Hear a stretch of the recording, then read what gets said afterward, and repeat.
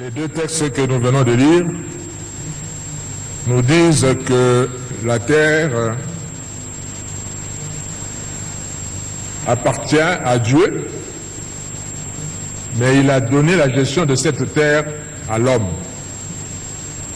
En d'autres termes, la République démocratique du Congo appartient à Dieu, mais il a donné la gestion de ce pays à nous les Congolais. Prions le Seigneur. Dieu notre Père, nous voulons écouter ta parole. Utilise-nous comme de simples instruments, mais que ton peuple t'entende toi. Au nom de Jésus-Christ. Amen. Nous commémorons l'anniversaire de la mort de Mosé Kabila et nous retenons ce que nous pensons que ça sera le résumé de sa pensée qui va traverser des générations et des générations de Congolais, ce qu'il a dit. Et il nous a légué cette parole comme un testament de ne jamais trahir le Congo. Et ce que nous venons de dire nous dit justement que le Congo nous appartient. Dieu a donné la gestion du Congo à nous, Congolais. Ce n'est pas aux Américains. Ce n'est pas aux Français, ni aux Belges, ni à qui que ce soit, mais à nous, Congolais. Et c'est nous, Congolais, qui un jour rendrons compte à Dieu de notre gestion de sa terre, de la République démocratique du Congo. J'aime bien l'athlétisme,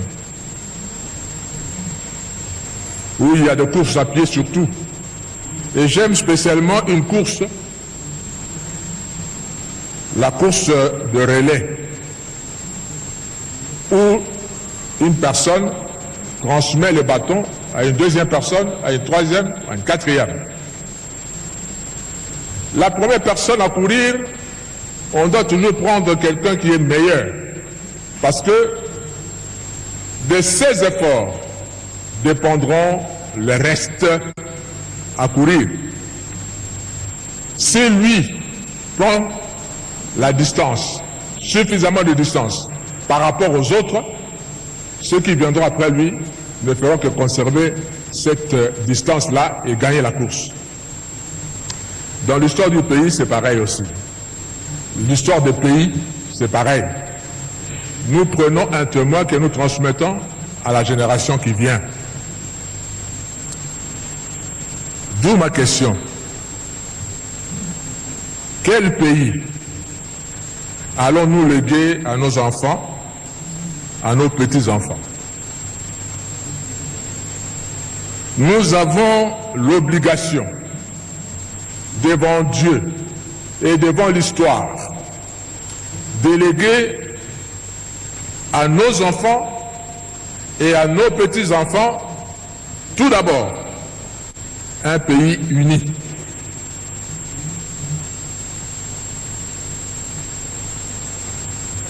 Nous n'allons pas léguer à nos enfants un pays divisé.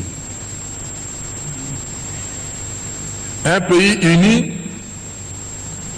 nous savons que nous avons autant de populations, autant de peuples, autant de langues, autant de cultures, mais c'est ça qui fait la force d'un pays. Quand nous pouvons nous sentir, nous tous, un, c'est ça qui fait la force d'un pays. Nous ne devons pas transmettre un territoire désuni à nos enfants, parce que nous-mêmes, nous avons reçu un territoire uni. Frères et sœurs, ne cédons pas 1 millimètre de notre pays à qui que ce soit. Nous avons cette obligation historique devant Dieu et devant l'histoire. Ce que nous avons reçu de nos pères, nous devons transmettre cela à nos enfants. Nous avons reçu un pays uni. Nous transmettrons à nos enfants un pays uni. Nous devons transmettre en deuxième lieu à nos enfants un pays riche. Vous savez, Dieu lui-même ne comprend pas pourquoi nous, les Congolais, nous sommes pauvres. Qu'est-ce qu'il n'a pas donné au Congo? Qu'est-ce qu'il ne nous a pas donné pour que nous soyons considérés parmi les pays pauvres? Quand nous regardons d'autres pays, je ne vais pas citer de noms, ils ne vivent que d'une seule richesse. Il y en a qui ne vivent que du tourisme.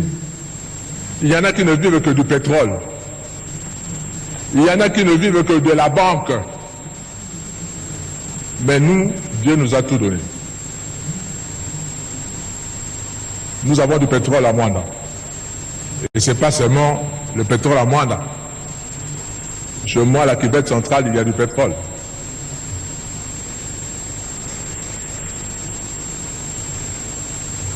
Nous pouvons vivre de ça. Mais en plus de cela, nous avons le coltan, que tout le monde cherche dans le monde entier.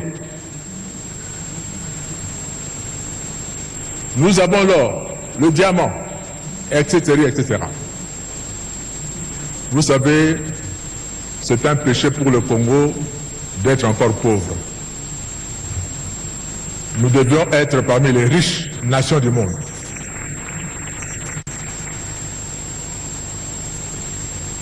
Jésus dit dans Luc chapitre 12, verset 48, « On demandera beaucoup à qui l'on a beaucoup donné, et on exigera davantage de celui à qui l'on a beaucoup confié. » Dieu nous a donné beaucoup, et il nous demandera beaucoup également. Nous devons léguer à nos enfants un pays avec une autosuffisance alimentaire. Quand vous prenez l'avion, vous circulez dans notre pays et vous regardez la verdure qu'il y a, autant d'espaces vides où nous pouvons cultiver, élever les bêtes. Et nous ne le faisons pas, et nous importons la nourriture de l'extérieur. C'est vraiment inadmissible pour le Congo. Je suis parti il y a plusieurs années au Sénégal. C'est là où j'ai vu l'effet de serre. J'entendais parler, mais c'est au Sénégal que j'ai vécu cela. Nous étions internés à Mboro, c'est à plus de 100 km de Dakar, dans un hôtel, et l'hôtel s'appelait l'hôtel du lac. Et nous tous on cherchait le lac. On ne voyait pas le lac. On a posé la question aux Sénégalais eux-mêmes, mais pourquoi vous avez donné à cet hôtel le nom de l'hôtel du lac? On dit, ben, monsieur, vous regardez juste devant la piscine, il y a une crevasse là. Oui. Il y a 10 ans, il y avait de l'eau. On traversait de ce coin à l'autre par pirogue. On pêchait des caïmans ici, des poissons ici. Mais tout cela s'est asséché. Je suis parti passer toute une semaine dans un village, à plus de 500 km de Dakar. Heureusement pour le village, et c'est ça qui a fait que le village continue à vivre, les Français sont venus creuser un puits de plus de 300 mètres pour trouver de l'eau. Et c'est cette eau-là, ce puits-là, qui faisait vivre tout un village. Et moi, j'ai dit à celui qui me logeait, j'ai dit, ben, nous, à Kinshasa, dans certaines communes, vous creusez la terre pour poser la fondation de votre maison, vous commencez à vous battre avec de l'eau. 30 cm à peine, vous avez de l'eau. Dieu nous a bénis. Et quand j'ai vu les gens de Dakar, au Sénégal, vous trouvez des fruits partout, des pastèques, de ceci, de cela, partout. Nous, on a la grâce d'avoir autant de saisons. Quand il ne pleut pas à Kinshasa, il pleut à Goma. Quand il ne pleut pas à Goma, il pleut au Katanga, etc., etc. Et comment nous pouvons importer certaines choses? Je reconnais que nous ne sommes pas avancés du point de vue technologique. On peut importer la technologie. Mais de penser le peu de devises que nous avons pour importer à manger, c'est vraiment inadmissible pour le Congo.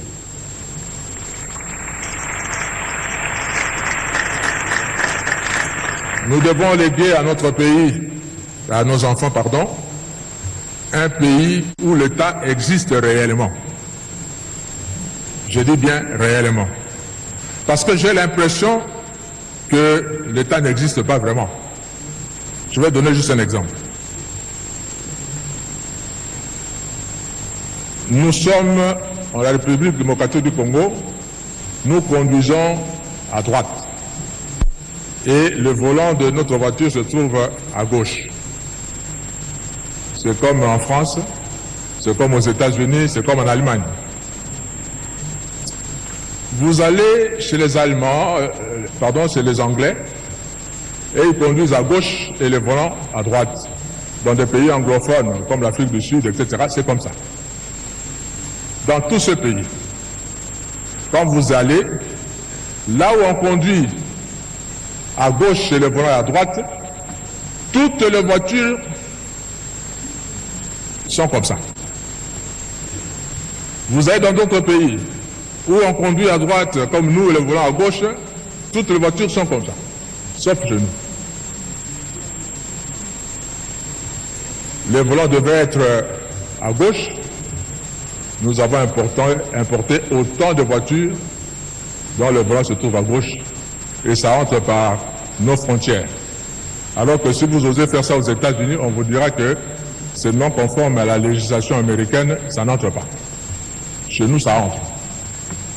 Et c'est nous, les Congolais, qui connaissons notre loi, qui importons ces voitures, et l'État laisse faire.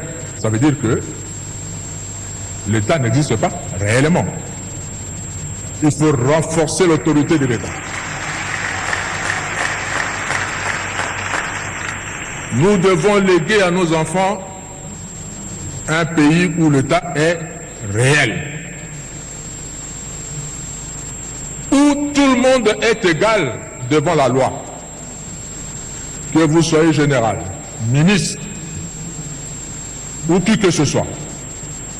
Quand vous devez enfreindre la loi de la République, on vous arrête, on vous juge, on vous condamne comme tout citoyen.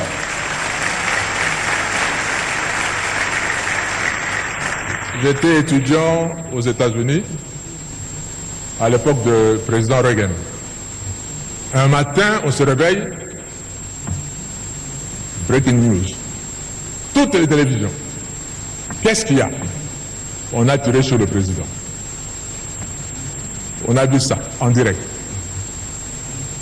Et moi j'ai dit, en bon congolais à l'époque c'était Zaïrois, j'ai dit, oh là là là là là là là.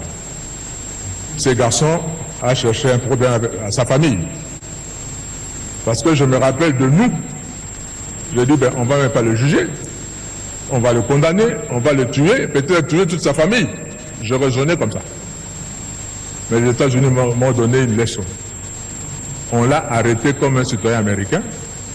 On l'a jugé comme un citoyen américain. Même s'il a tiré au président des États-Unis, on dit, ben, c'est un citoyen américain qui a tiré au citoyen américain, même si c'est le premier citoyen, mais c'est un citoyen américain. On l'a jugé. Et comme il vient d'une famille riche, il a trouvé un avocat de haut rang. Ils ont plaidé l'insanité, la déficience de sa tête, de son intelligence. Curieusement, la Cour a cru, parce qu'on a fait des tests, c'était vrai, on ne l'a pas condamné. On l'a condamné plutôt à être soigné. J'étais abasourdi. Un monsieur qui tire sur un président de la République et on lui donne un procès équitable.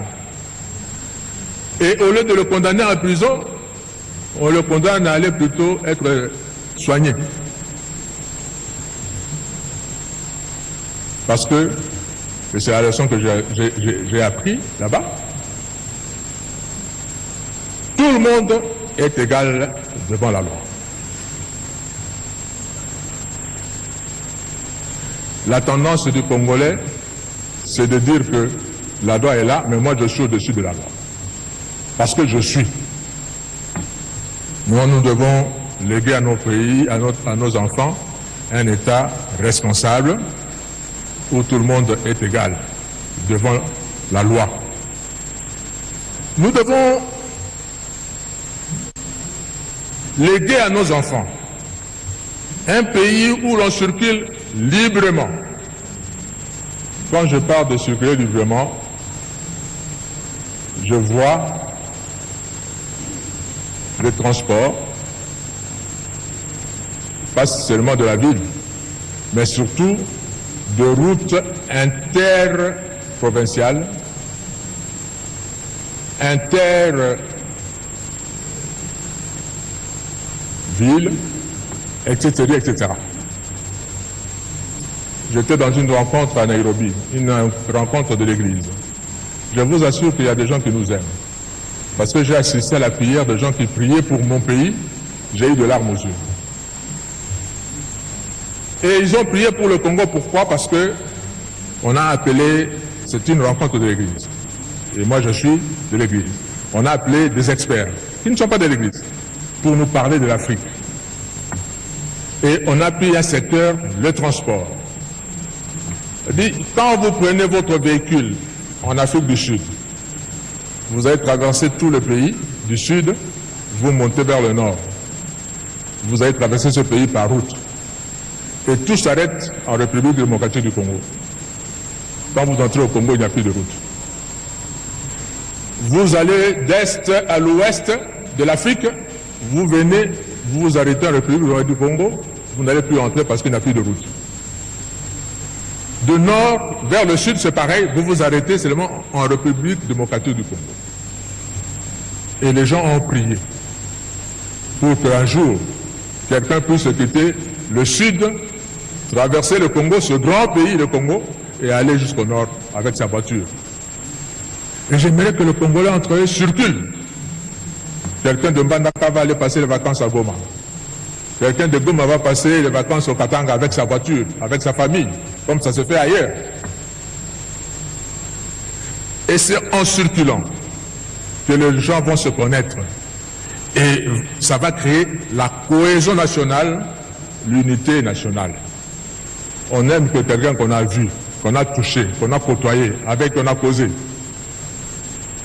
Si on n'a jamais vu quelqu'un, comment on va l'aimer? Nous avons l'obligation devant l'histoire à léguer un tel pays à nos enfants. Un pays où il fera beau vivre.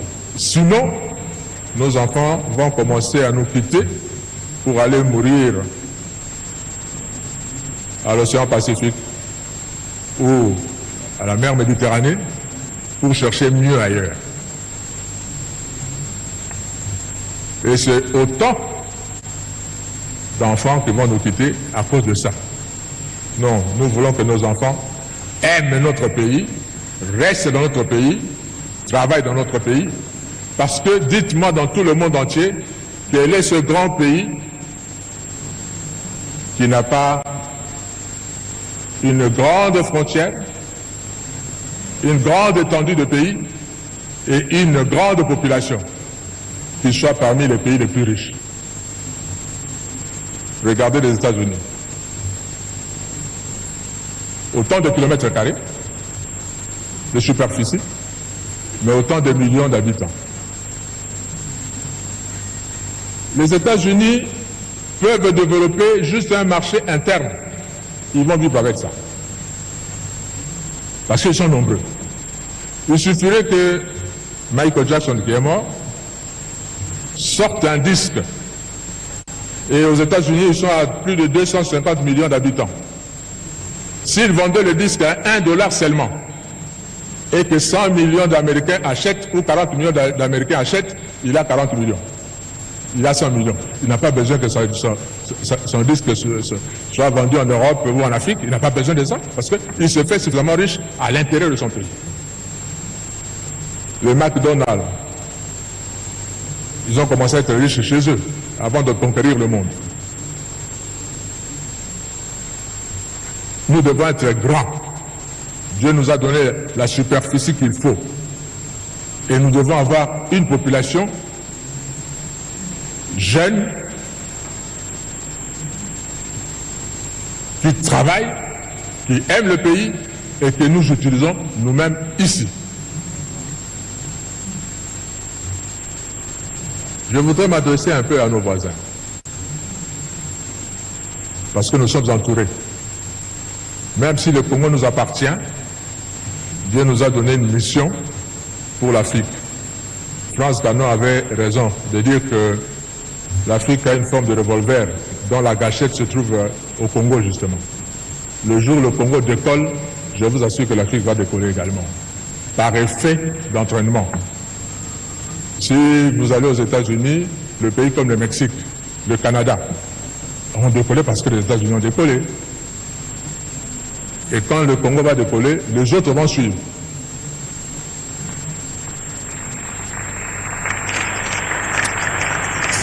Et ces voisins, je vous dis nos voisins, Dieu vous a donné votre terre. N'enviez pas la nôtre.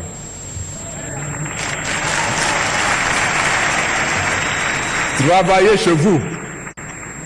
Je prends la petite Suisse en Europe. La petite Suisse est entourée par la France, un grand pays, l'Allemagne, un grand pays par rapport à la Suisse, l'Italie, un grand pays par rapport à la Suisse.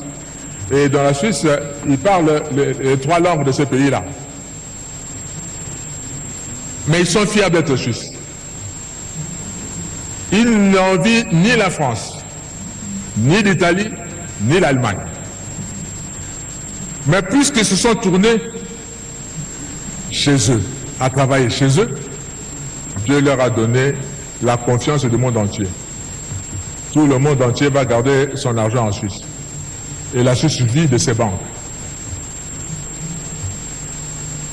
Ces pays aussi peuvent vivre de ce que Dieu va leur donner de faire, au lieu d'envier la République démocratique du Congo et avoir des stratégies pour profiter de la République démocratique du Congo. Surtout, ne prenez pas un centimètre de la République démocratique du Congo. Parce que le Congo ne sera pas toujours faible comme il est maintenant. Il va se réveiller un jour. J'étais étudiant également en France et Dieu a fait que je vive dans la ville de Strasbourg pendant 5 ans. Et Strasbourg fait partie de la grande région qu'on appelle Alsace. Et les Alsaciens parlent un dialecte germanique, c'est-à-dire qu'il ressemble plus à l'allemand qu'en français. Vous avez beaucoup d'Alsaciens qui ne savent même pas parler français correctement comme vous êtes dans leur village là-bas. Ils parlent plutôt allemand. Et là où je vivais, je louais. Mon bailleur me disait un jour, Monsieur Kofo, mes parents sont nés ici à Strasbourg, ont grandi à Strasbourg. Moi, je suis né à Strasbourg, j'ai grandi à Strasbourg. Et tout en vivant à Strasbourg, j'ai été 2 fois citoyen allemand et je suis redevenu 2 fois citoyen français. Je me dis comment? Parce que lors de la Première Guerre mondiale, 14-18, l'Allemagne a envahi la France et a récupéré, selon l'Allemagne, son droit sur l'Alsace qui lui appartient historiquement, parce qu'il parle la même langue. On a récupéré ça. La guerre de 18 se termine, les Allemands perdent la guerre. La France récupère son pays, son territoire. On arrive à la guerre de 40-45, pareil. L'Allemagne envahit la France et récupère l'Alsace. En 1945, l'Allemagne perd la guerre, la France récupère sa terre. Le Congo, si vous prenez, vous osez prendre une partie du Congo maintenant, nos enfants vont le récupérer les années qui viennent.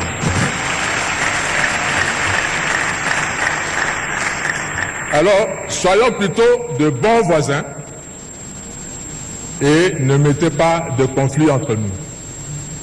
S'il vous plaît, nos voisins.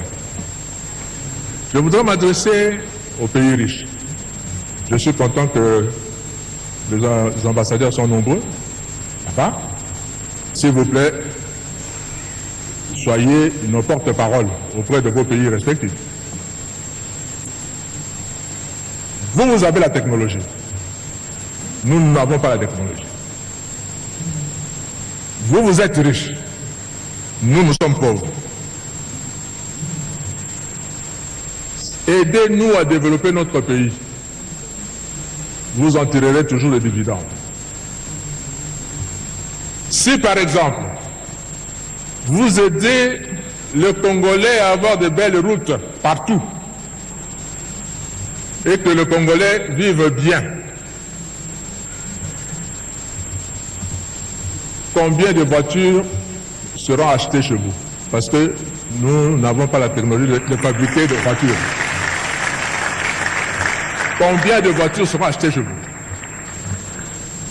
Si vous permettez que l'électricité arrive dans nos villages et que le villageois congolais a suffisamment de moyens pour acheter juste un poste téléviseur, combien de postes téléviseurs vous vendrez au Congo? Je sais que les industries qui fabriquent les armes profitent quand il y a la guerre pour écouler leurs marchandises. Mais quand il y a la paix également, vous allez toujours vendre vos marchandises. Parce que tout le monde sait, celui qui veut la paix prépare la guerre. Même en période de paix, les armées vont toujours acheter de quoi se défendre auprès de vous. Si le Congo est riche et nous avons un vaste pays, combien d'avions on achètera chez vous parce qu'on n'en fabrique pas chez nous? Si vous nous aidez à avoir des chemins de fer, combien de locomotives vous vendrez? Aidez-nous. Le monde est devenu un petit monde planétaire. Il suffirait qu'on touche quelque part, c'est connu dans tout le monde entier, et le résultat, où le problème se fait sentir partout. Aidez le Congo. Quelqu'un qui est malade et vous l'aidez, quand il sera en bonne santé, il ne vous oubliera pas.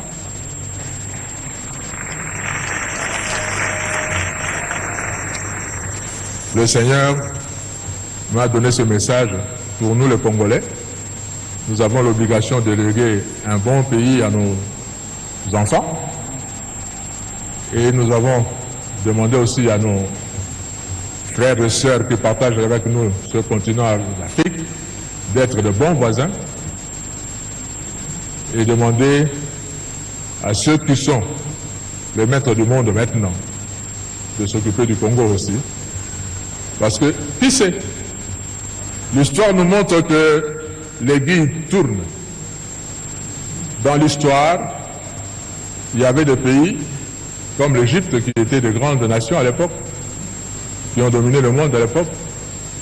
Et puis nous sommes partis en Europe.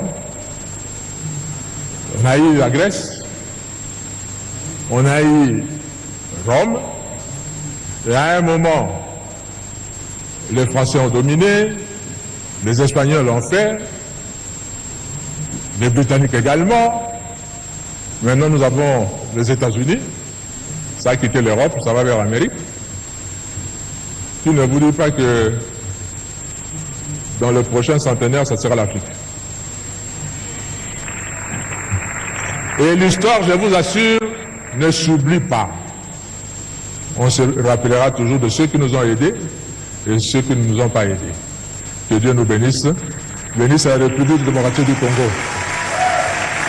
Amen.